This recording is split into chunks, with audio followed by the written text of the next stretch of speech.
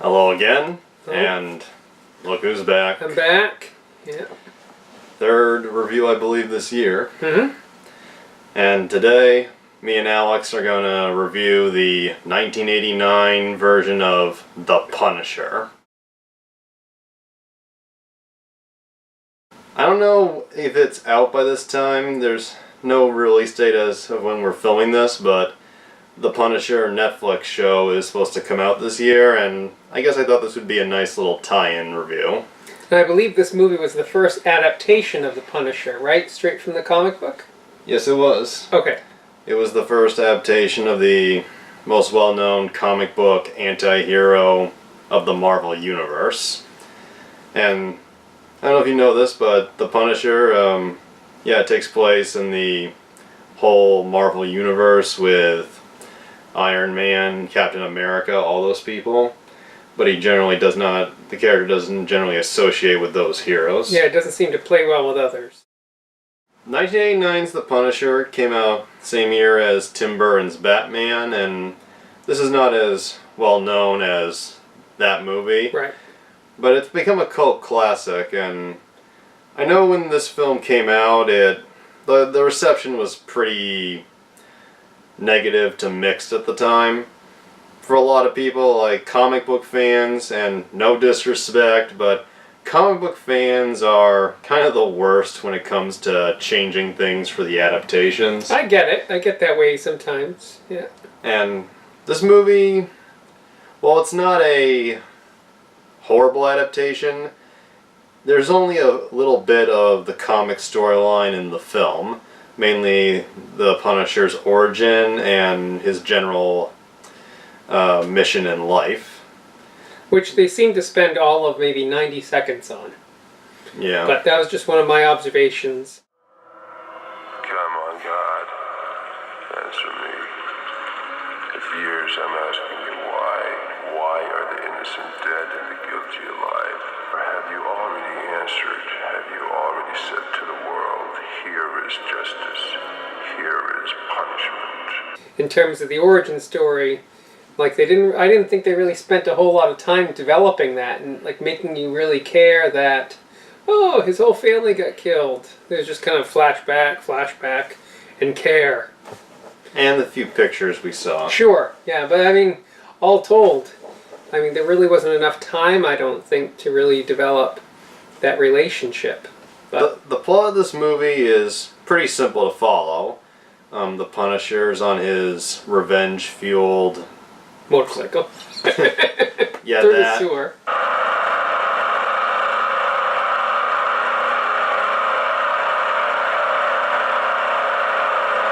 But also mission in life to Yes. punish the guilty criminals who get away with crime, and he's doing it all in the name of his family who were murdered by the mob many years ago. After nearly 5 years of appeals, Dino Moretti, reputed lieutenant of the Franco crime family, was released from prison today and acquitted of all charges in connection with the murders of police officer Frank Castle and his family. And as he's killing all the mafia leaders in the city, the Japanese mafia, the Yakuza, move into the city and try to take over. And a sort of mob war breaks out between the Italian mafia and the Japanese. Yeah, other than the Punisher theme, I think the struggle between the two crime families is probably the most interesting plot point. I suppose. Not given a lot of development, like a lot of stuff. No, we don't learn a whole lot of backstory there, but and there were definitely a lot of stereotypes on both sides there. No fucking way am I gonna be a salary boy to some bunch of nips, got that? I don't know about the rest of you guys, but the DeLeo family gives up shit. We don't work for nobody. Who the fuck do you think you are? We are Yakuza. When your ancestors were still shepherds screwing sheep on the Mediterranean coast, as were the crime lords of Asia. My biggest complaint with this movie, like I think the weakest thing about the 1989 Punisher is the villains. Because for me, the villains were very one-dimensional and... I can't get this friggin' thing to work.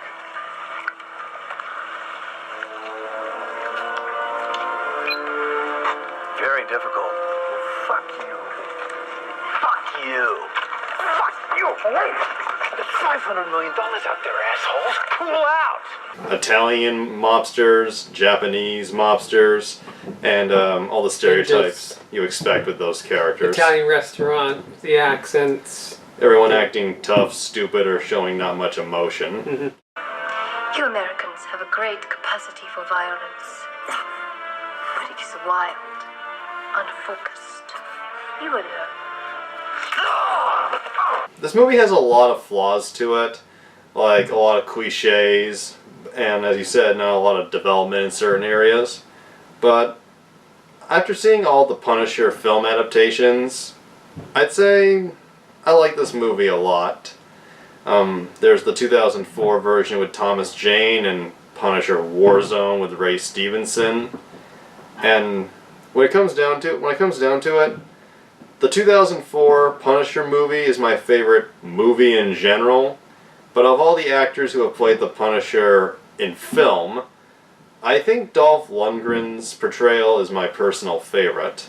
Like, his portrayal is what I think of when I think of the Punisher. Undeniably, Jon Bernthal's portrayal on the Daredevil Netflix show is the best Punisher we've gotten, but going by the movies, Dolph Lundgren all the way. It's hard. It's hard for me to unequivocally make that statement like you, just because I think he nails the brooding aspect of that character. And I did like the occasional voiceover that you heard. I think that helped in the development of the character. But then just some of the delivery of the lines by Lundgren, I mean, that took away, I think, from the performance a little bit. But in terms of getting the characterization, I would maybe agree with that. It's just that brooding nature. I thought he nailed that, but maybe the acting, the delivery of the lines fell short in some places. And maybe you could blame that on the script, you know, or the production. Hi there. Nice weather we're having for this time You were of year. supposed to meet me here 4 hours ago.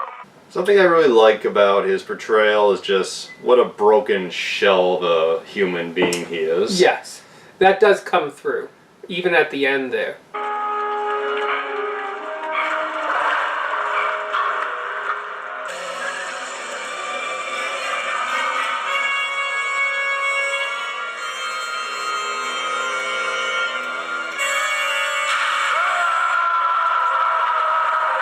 In the scenes where he's killing all these criminals, you can just, for me, I can see the rage and anger in his face as he does it. And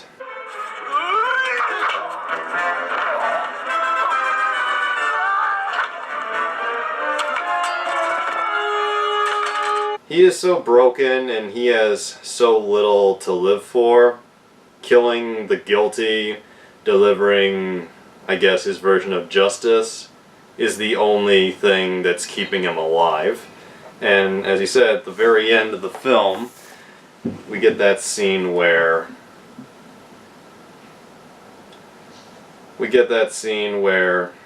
after killing the main Italian mobster, the kid's son says he's gonna kill him, and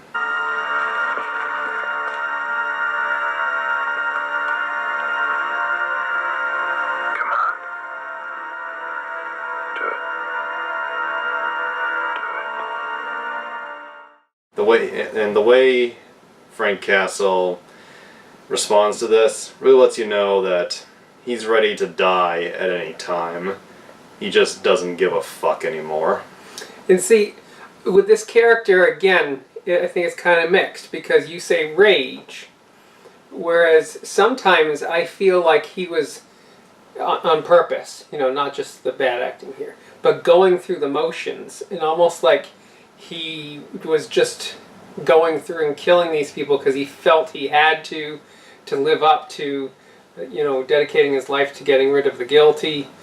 It was just him knowing, being driven by that cause, but you don't see that passion because he's just almost like resigned to having to kill, having given up on life, having to kill, you know.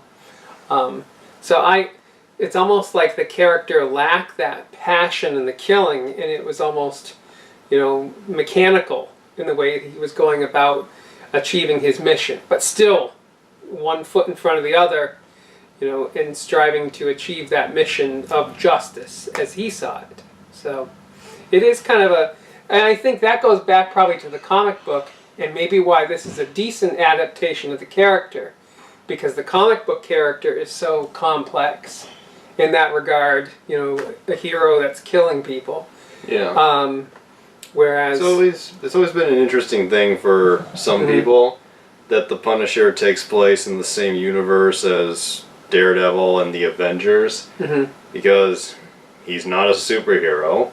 He has no powers. He's just a guy with a apparent unlimited supply of guns and bullets. Yes, and in one gun. And for a lot of classic comic book fans who believe heroes shouldn't kill bad guys, he is a complete detour from that usual style. And it works very well, and because I'm a fan of vigilante and anti-hero movies. Charles Bronson, my favorite. So I like this kind of character in the movie, and I think he did a decent enough job. The character did get a little generic at times, and the movie also could feel a little like a generic action movie. But I think he got the brokenness pretty well, and the dark edge, and personally I didn't feel bothered by any of his line delivery. And a lighter part of the plot is that the Yakuza, to get the Italian Mafia to work with them, they kidnap all their children. Hi, I'm Peter Bear. I really care. And to show you it's true, I have some things to teach to you. Like what, Peter? First, the Punisher feels like he should just stay on the side for this. But let them kill each other. But then his conscience, I guess, and his would-be sidekick. The wino. Yeah, a homeless drunk named Shake, played by Barry Otto. The thespian. Whatever you can spare will be sufficient, I think, to stand this old thespian a very stiff turn. What the hell's a thespian? An actor, sir. Oh, sure. Now, is it the Shake name going after Shakespeare, or the Shakes because of his drinking habit? Probably both. Probably both. Double entendre. So the Punisher decides to save the kids, and after pretty much destroying a illegal gambling club, and what I think is maybe my favorite action sequence, just where he's blowing the shit out of all the casino. I would agree. Bits. Yeah, that was a good scene.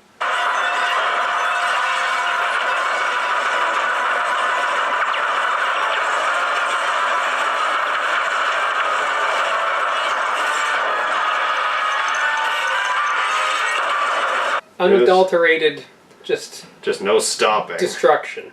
Yeah.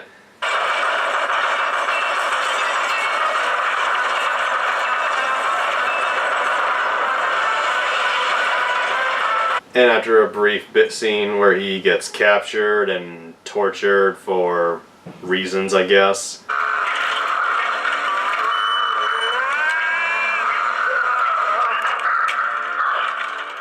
Do you get the impression that I don't believe you? Do you think I give a shit? And why they're torturing him instead of killing him, I don't know. I guess they just want a shirtless scene for Dolph. Yeah.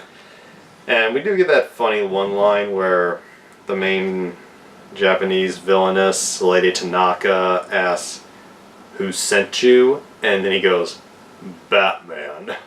And that was some of the small glimpses you get of that kind of campy atmosphere. I think that you get in some of the other more modern superhero flicks, like Iron Man has those moments throughout the film, and these had little snippets of that. And then the Punisher is able to rescue all the kids who were kidnapped, except one, the son of the leader of the Italian Mafia, Gianni Franco. who was dressed in Gryffindor's colors, very Harry Potter-esque. Yeah, the kid's Tommy Franco. He wears red, yellow tie and kind of red. Whatever that velvety. waiter's jacket was that he had on, smoking jacket. But I guess that's what stereotypical Italian mafia kids wear. At first, after saving the kids, the Punisher is apprehended by the cops, but He surrenders himself. We have a bus driver that drives like that in our district.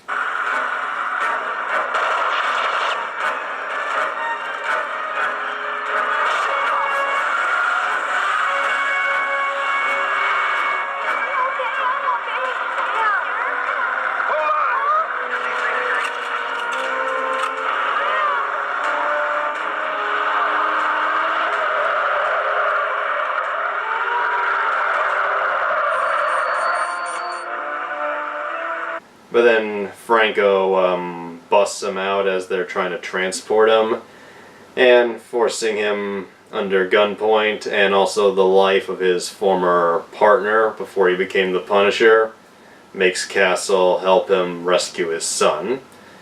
And They made a pretty good team. yeah, they did. It was a good scene where the hero is forced to work with the villain, and for a short time at least, yeah, they are a team.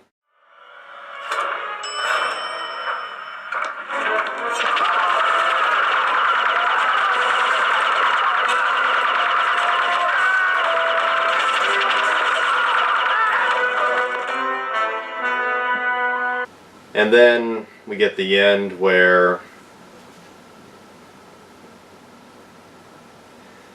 get the end where he kills Lady Tanaka and Franco gets his kid.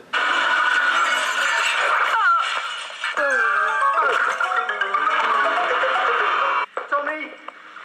Dad! Tommy! But then he decides, I should probably kill the Punisher now that all my enemies are dead. You gave me back my son. Thank you very much. I'm in your debt. See you in hell, Castle. And It was a very complicated scene. yeah, there's a lot going on A little in this muddy. scene. Yeah. A lot of hallways with the paper walls. Random bad guys jumping out of the paper walls.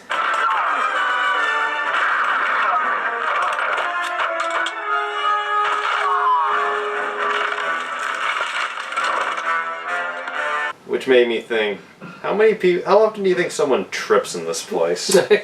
Frequently. And in the scene where the Punisher and Franco fight, and you get the kid actor who plays Tommy, Brian Rooney, like a lot of kid actors, he's not that great. I think he did a slightly good job in his last scene, where he had to cry. Yeah. Which is always hard for a kid actor to do. Anyway, the kid, he realizes that the kid's a bit blind to everything going on in his life. Like, for a long time, he wasn't even aware, and he says this in one scene, he didn't think his dad was a gangster. We're being held for ransom because our fathers are rich gangsters. Then why am I here? My father's not a gangster. Huh. What, are you kidding? But seeing his dad and the Punisher fight, the kid first tries to help Frank, and after Frank, It's a beating on him. He's stop hurting him. after Frank kills his father, the kid flips and picks up the gun and says he's going to kill the Punisher.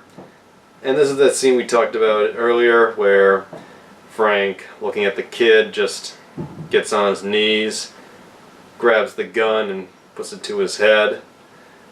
And I think this is actually a pretty well done scene. It's very dark, and just seeing him pretty much break this kid to bits inside was pretty emotionally intense.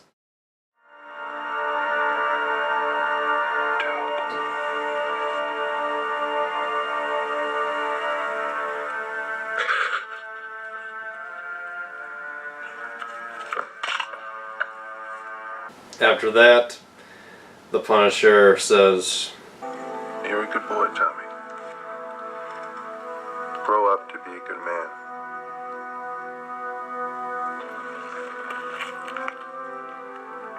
Because if not, I'll be waiting. Ominous. Then his partner comes in and ruins the moment. And we cut to the Punisher in the sewer, which is his hideout. Yeah, Spends a lot of time naked down there.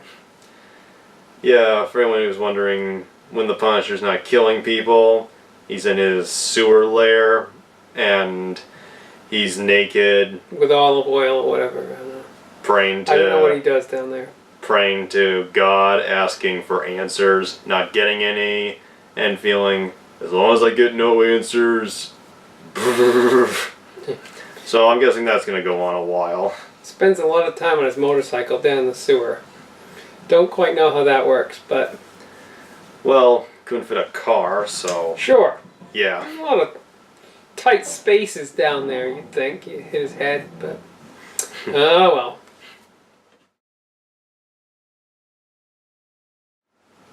So yeah, this film is a bit of a mixed bag for a lot of people. Yeah. Like, the movie unintentionally is very silly. Like, a lot of the actions that we see, a lot of the way things play out are very ridiculous. But the way it's done, I get a feeling it was not on purpose. Yeah, so, some of the action sequences can be a little cartoony where there's 100 shots fired and nothing hits the Punisher, so... And that scene where Shake is told to hit the button on a detonator to blow the power to the building. 15 minutes. You hit the second button. The homeless guy, he accidentally knocks the detonator into a sewer grate and can't reach it, so he takes out a knife and first button, he pokes it.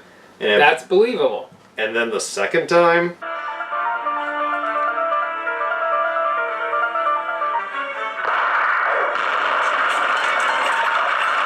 Not so believable. Yeah, I'm pretty sure that just would have wrecked the thing. Why not use the knife a second time? Just minutes after it worked successfully. A shortage of knives does not seem to be a problem in this movie, so... Yeah, look around, there may be another one laying around, but... That's the thing that... Stick. That's the thing that, a lot of people notice. I don't know if you did, like... Yes, he keeps throwing those knives and just leaves them. But also, when the Punisher is done firing a gun, he just leaves it. Like, almost every weapon, I believe, he just leaves behind after he's done with it. Where's he getting all these weapons? Yeah, that was my thought. Like I said, he seems to have an unlimited supply of guns and ammo. And skull-embedded knives. I got the tight shot. I'm gonna cover. Who's that? Cover this. Holy shit, the Punisher! It's him! Moving very close up! Get close up! I mean, all you have to do is just find out where he's ordering these from. You could trace him pretty easily. Where did you get these shipped? Yeah, I mean... The sewer? Yeah, I just think, okay, I know forensics was not as good today as it was in the back then, but fingerprints. The police could have used that to figure out his identity a long time ago. Yeah. Well, you gotta suspend disbelief there. I guess. Apparently in the Punisher comic series and in the Punisher Warzone movie that came out in 2008, the Punisher does have a sidekick, not Shake. Shake. He was just made up. He was just made up for the movie. But in the comics, the Punisher's sidekick is this computer hacker guy whose nickname is Microchip. And Microchip, one of the other things he does is he's a weapons dealer. So that makes more sense. Yeah. So I get it. It's the late 80s. Comic book movies were not huge to make, so I can see why they might have not included every detail. But the other thing is that he didn't even have the skull except on the weapons. I'll get to that in a sec. Okay. But yeah, I feel like Microchip could have been a good addition for this movie. Yeah, I think it could have helped. A little more comic relief. Like Microchip is sort of the person the only real friend the Punisher has, and is there. And Shake, he is kind of funny, but he's not as cool as Microchip.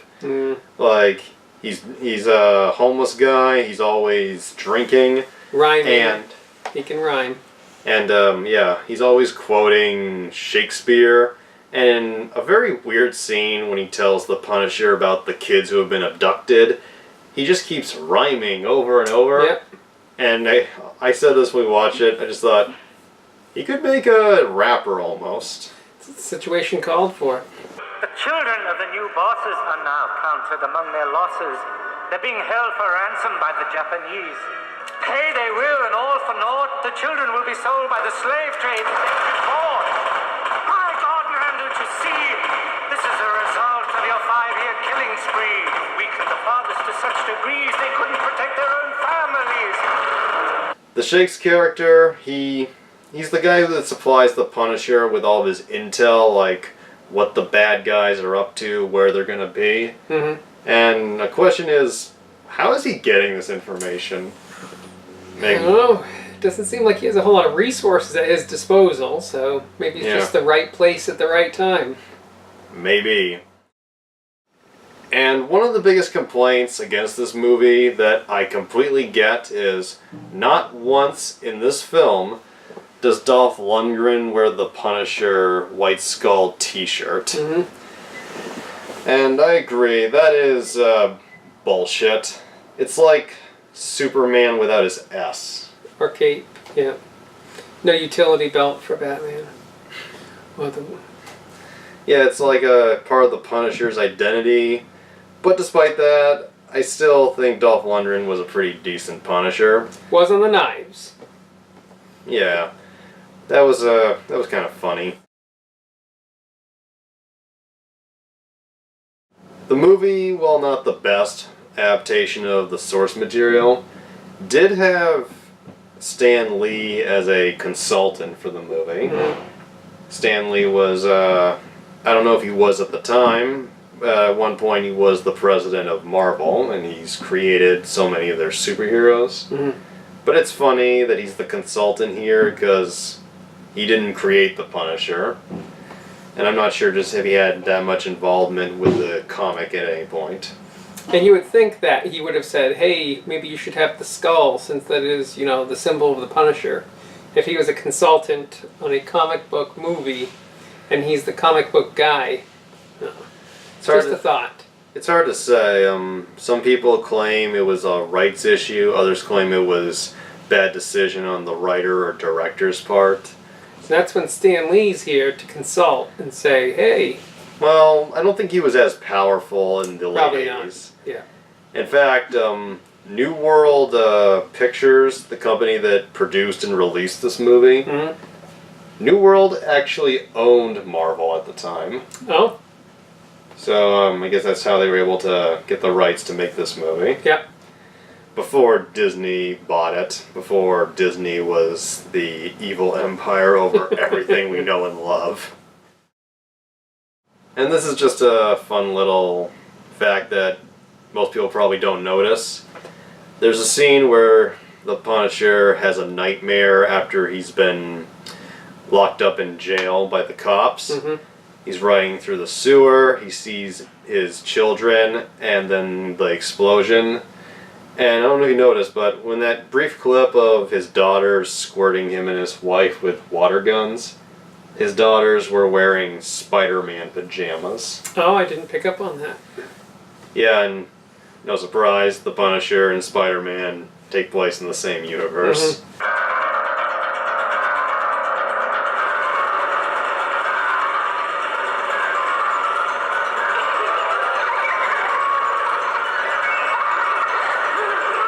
I actually like that sequence, where the nightmare sequence and the brief bit that follows it, where he just wakes up screaming in his cell.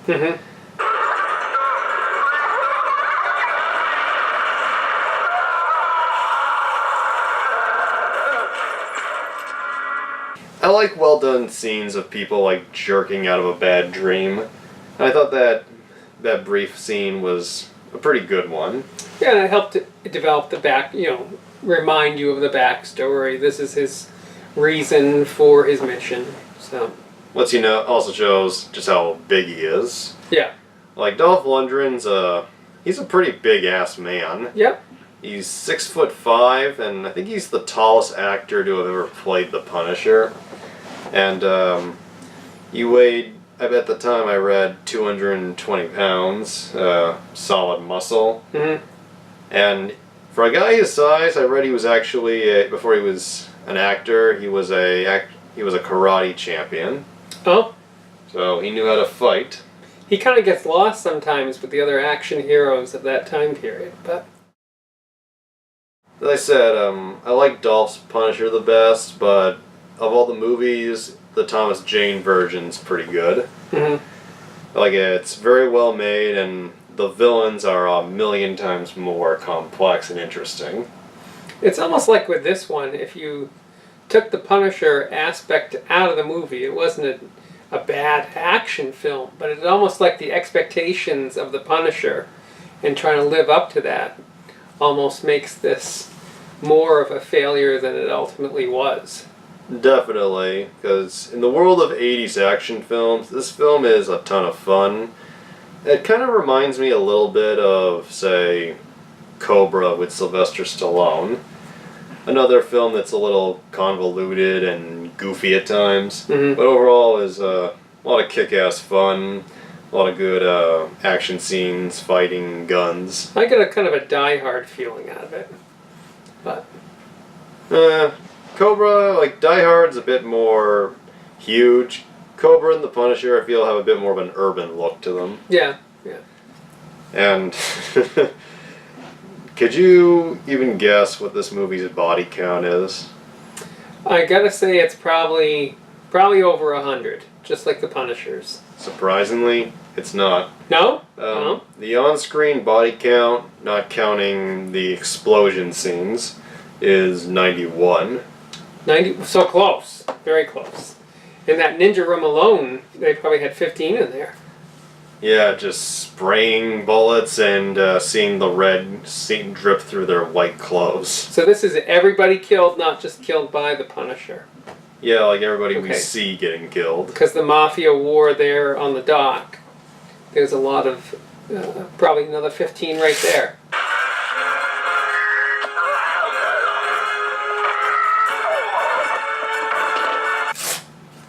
In the restaurant.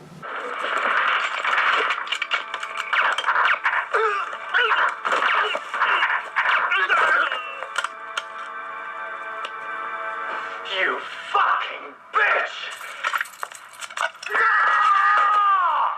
That restaurant scene was, well, kind of stupid, a little cool. Just, the granny with the gun.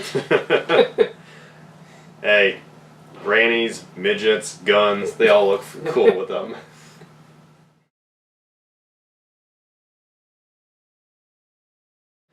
And the people behind the camera, for anyone who wants to know, the director was Mark Goldblatt, and this was his second and last film as a director. Hmm? His first one was Dead Heat, a buddy cop film about a cop getting killed and then coming back kind of as a zombie and trying to solve his own murder. Well, intriguing. Has Vincent Price. Maybe this whole Punisher thing is just cursed. Mark Goldblatt is actually an Oscar-nominated film editor for editing Terminator 2: Judgment Day. Oh? And the screenplay, which has a lot of holes in it, was written by Bose Yakin, who is currently the writer of the Now You See Me movies. Mm-hmm. And it was produced by Robert Mark Kamen and Sue Armstrong. I don't know them from much else, but it sounds like, from what I read, Robert Kamen had a lot of stuff, like he did a lot of interfering with the creative process of this movie. Mm-hmm. And the music in this film, I think the music score was a good, badass 80s beat. Yeah, there's nothing remarkable about it, but there was nothing, it didn't detract from the film. Yeah. Done by Dennis Draith.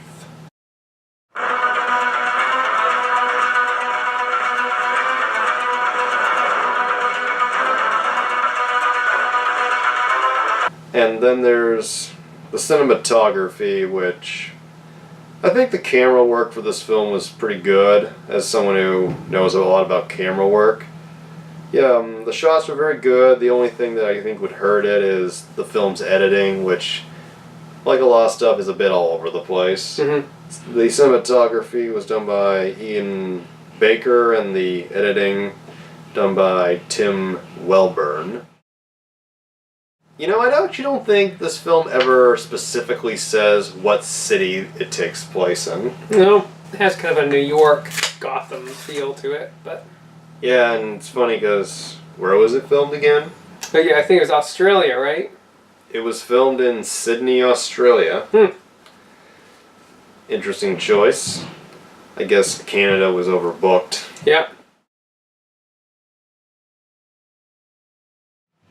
And we've gone over Dolph Lundgren, so let's go over the rest of the cast. Okay. The main mob boss, Gianni Franco, played by Jeroen Krabby. I can't do it myself, or I would. I need you, Castle. I'll give you anything you want. I'll do anything you wish. I think he was probably the best of the villains. He was a little too one-dimensional at first, but near the end, when he and the Punisher team up, I thought he came to life a little bit. Yeah, I liked him better than even Tanaka. So. Yeah, Kim Miyori as Lady Tanaka. Champagne.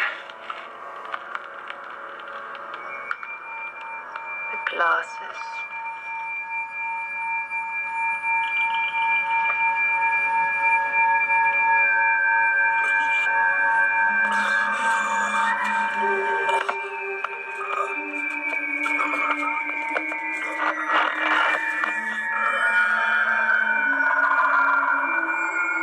In a few scenes, she looked pretty evil, but that's it. She looks evil and rarely emotes. The typical 80s Asian villain. Yeah, it's a lot of stereotypes there. And then at the end, they have her in that white geisha makeup. Yeah. Which was just a little odd. That whole scene was a little odd, yeah.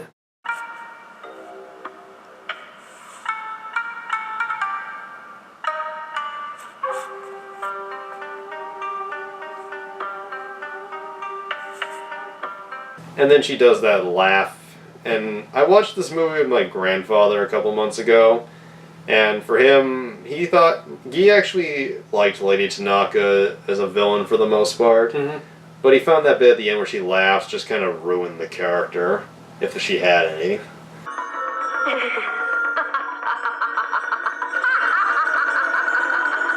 He said it seemed a little too Joker-esque. I just never really understood the whole relationship with the other woman. The blonde woman she was working with? Yeah, I just never... They really never explained that, and... She's her adoptive daughter. Yeah. You might have missed it. There's a line where they say that. But, I mean, that's it. The line and... But yeah, I admit, there's... No lines. She's just like the hench person on the side. Yeah. But as a hench person, the daughter character played by Zoshika Mizak, I thought she was a badass little bitch. She put up a good fight.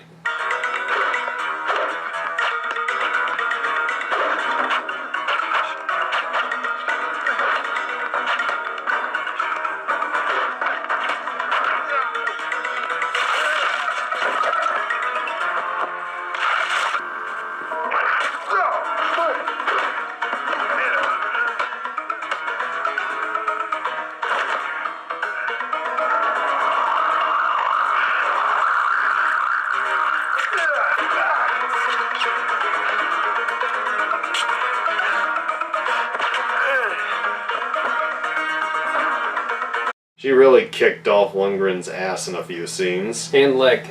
Yeah. But I don't think... Did she have a single line? Nope. Yeah. No development there. Give her this, she can fight. Yeah.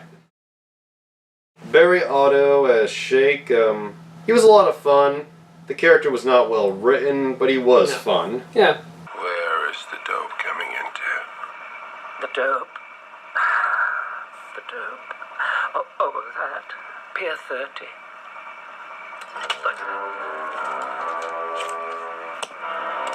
Mr. P! Happy hunting!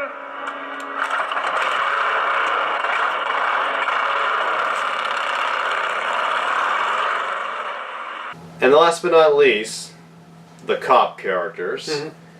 We get two main cop characters in this film. One is Frank Castle's former partner from when he was on the police force, Jake Berkowitz, played by none other than Louis Gossett Jr.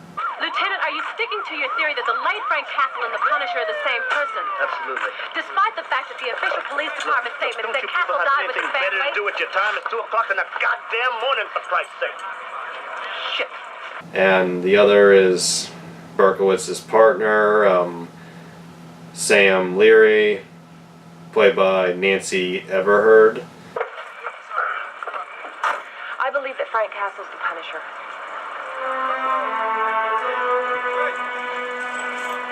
You know where my office is? Yeah. You'll be there at 9 o'clock. Sharp. I think with Louis Gossett Jr., you got the best acting of the whole film.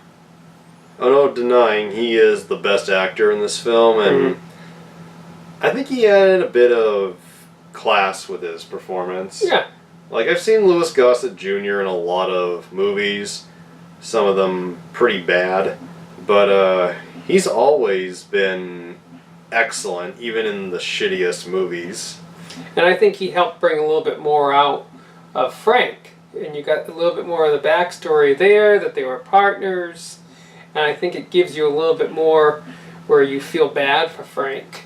Just that relationship that he used to have with his partner. The scene that even people who hate this movie will agree is the best scene for them is that scene where after he surrenders, Berkowitz and Castle meet. With the interrogation? Well, it's not an interrogation. Of sorts, yeah. They're just talking. Yeah. What the hell happened, Frank? Frank is dead. Alright? Oh, I see. So you, decided everybody else had to be dead too, is that it? No. If you're guilty, you're dead. Courts decide who's guilty, not cops. It's like one of the few dramatic scenes in the film, and it was pretty well handled. Mm-hmm.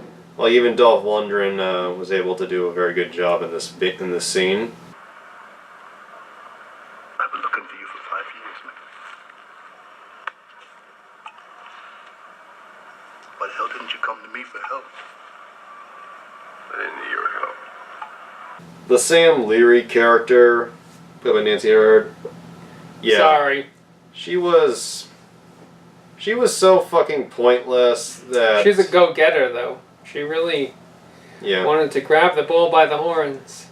Yeah, but by the end, it felt like you could have cut that character out completely. Completely. Wouldn't have made Added a difference. And when I She's watched... like a fly to Louis Gossett Jr. When I watched this movie with Guy, he asked, what was the point of that character? And I said I have the answer. It's so that Louis Gossett Jr. has someone to talk to when he's giving the backstory about him and Yeah, Frank I guess. Castle. Yeah. How come you never gave up? Because I know what it's like to be given up on. Who gave up on you? Everybody. Except him, right? That's right. But yeah, the Sam Leary character, she pops in, is just kind of by Hey, guys! Gossett Jr.'s side, and then she's out, and that's it. It's almost like she wasn't even here.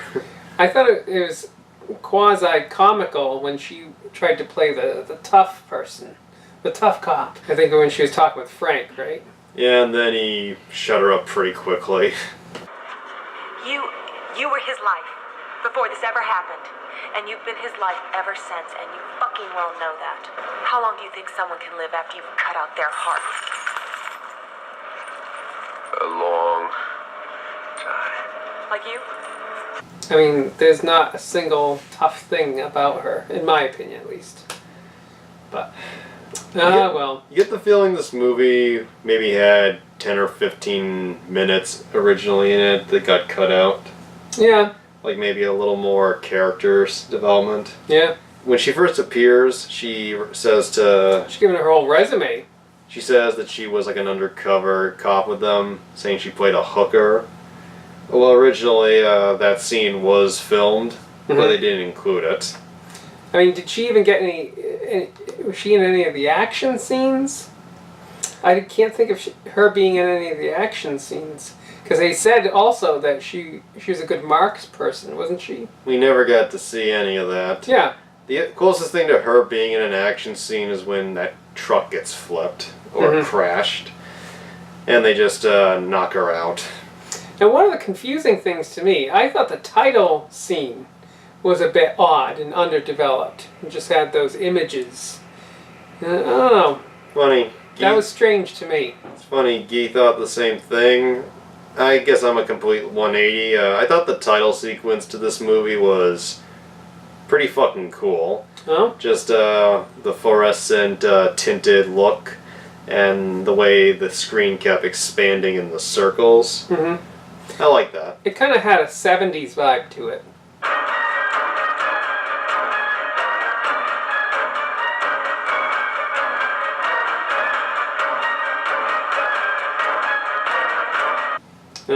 So maybe that's what they're going after, kind of an artsy approach, but I agree with Guy.